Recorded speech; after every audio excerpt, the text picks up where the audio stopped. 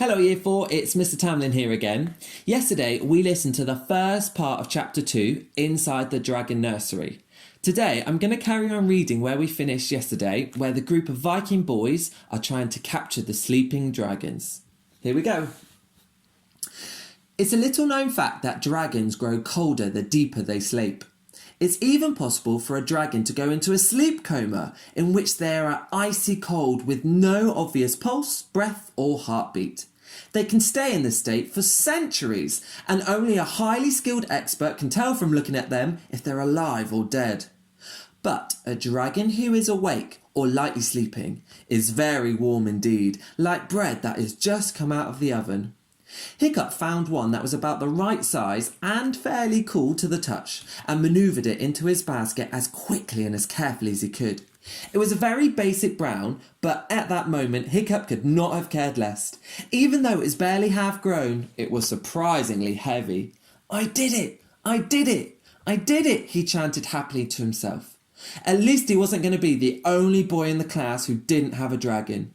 Everybody seemed to have got themselves one by now, and they were all making their way quietly towards the exit.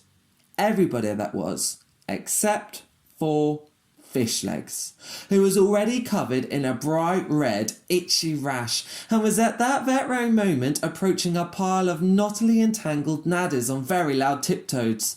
Fishlegs was even worse at burglary than Dog's Breath. Hiccup stopped dead in his tracks. "Don't do it, Fishlegs! Please, don't do it!" he whispered. But Fishlegs was fed up of Snotlout's taunting and of being sneered at and jeered at. He was going to get himself a really cool dragon that all of the other boys would respect. Squinting so hard he could barely see the pile of dragons, his eyes streaming and scratching himself violently, Fishlegs reached slowly towards the bottommost dragon, took one leg in his hand and gently yanked. The entire pile came crashing down in a furious tangle of limbs and wings and ears. Every boy in the cavern gave a horrified gasp. Most of the nadders snapped crossly at each other before settling back down to sleep. One brute bigger than the others opened his eyes and blinked a few times. Hiccup noted, with great relief, that the third eyelid was still down. The boys waited for the eyelids to close. And then Fishlegs sneezed. 4 gigantic sneezes that went echoing and bouncing off the cavern walls. The big nadder stared sightlessly ahead, frozen like a dragon statue, but very faintly an ominous purring noise began in his throat, and very slowly the third eyelid slid upwards. "Uh-oh," whispered Hiccup. The nadder's head suddenly whipped round to face Fishlegs, its yellow cat eyes snapping into focus on the boy. It unfolded its wings to their greatest extent and stealthily advanced like a panther about to spring. It opened its mouth wide enough to show the forked dragon tongue and... "Run!" shouted Hiccup, grabbing Fishlegs' arm and dragging him away. The boys ran for the exit tunnel. Fishlegs and Hiccup were the last to get there. There was no time to pick up the torches, so they were running in the pitch dark. The basket with the basic brown dragon in it was bumping on Hiccup's back. They had 2 minutes start on the dragons because it took a while for the first dragon to wake everybody else up. But Hiccup could hear a furious roaring and flapping as the dragon started to pour into the tunnel after the boys. He ran a little faster. The dragons could move more quickly than the boys because they could see better in the dark. But they were held up when the tunnel got smaller because they had to fold their wings up to squirm through. "I haven't got a dragon," panted Fishlegs, a couple of paces behind Hiccup. "That," said Hiccup as he scrambled frantically on his elbows, "is the least of our problems. They're gaining on us." "No dragon," repeated Fishlegs stubbornly. "Oh, for Thor's sake," snapped Hiccup. He thrust his basket into Fishlegs' arm and grabbed the empty one from Fishlegs' back. "Have mine, then wait here." And Hiccup turned and went back through the narrow bit, even though the roaring was getting louder and closer by the second. "What are you doing?" screamed Fishlegs, frantically dancing up and down on the spot.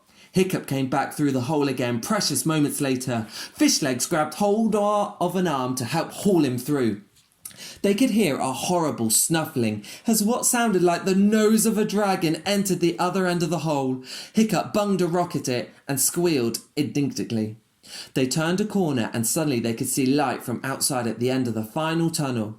Fishlegs went first, but just as Hiccup was kneeling down to follow, a dragon pounced on him with a flack and a shriek. Hiccup hit it and it fell back enough for him to crawl towards the light.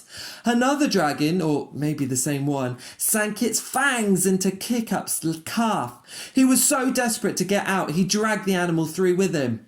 As soon as Hiccup's head and shoulders were through into the light, there was Gobber. He grabbed Hiccup under the armpits and hauled him out, dragons pouring after him.